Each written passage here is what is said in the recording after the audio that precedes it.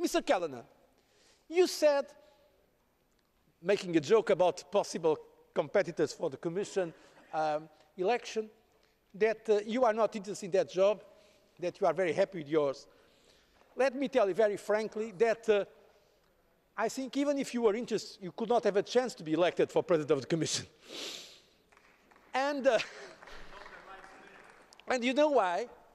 I'm not saying that happily, because I think increasingly your party and your group is looking like the Ukip and the Eurosceptic anti-European group.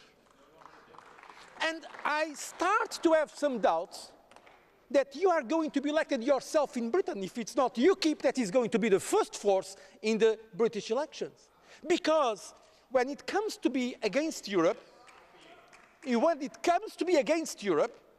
the people prefer, between the original and the copy, they prefer the original. That's probably why they are going to vote more for Mr. Farage than for Mr. Callanan.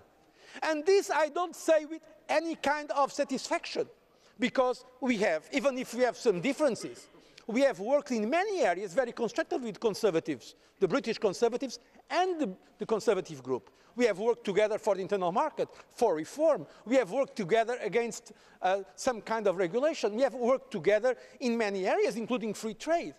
But this is an important point, I think, because if those forces that are pro-European, or even those that are not really pro-European but constructive, have the same speech, the same political attitude of the anti-Europeans, the Eurosceptics, the populists, in that case, they will win next election. So my appeal to you is to make the case for Europe, because you are part of Europe. As I've said, many of the legislation that was done, it will not be possible without the very strong cooperation between the Commission and the European Parliament. The MFF, we were not happy with the result, but frankly, without the complicity between the Commission and the European Parliament, the result would be much, much lower. President Schulz knows that well, because we were together during those negotiations.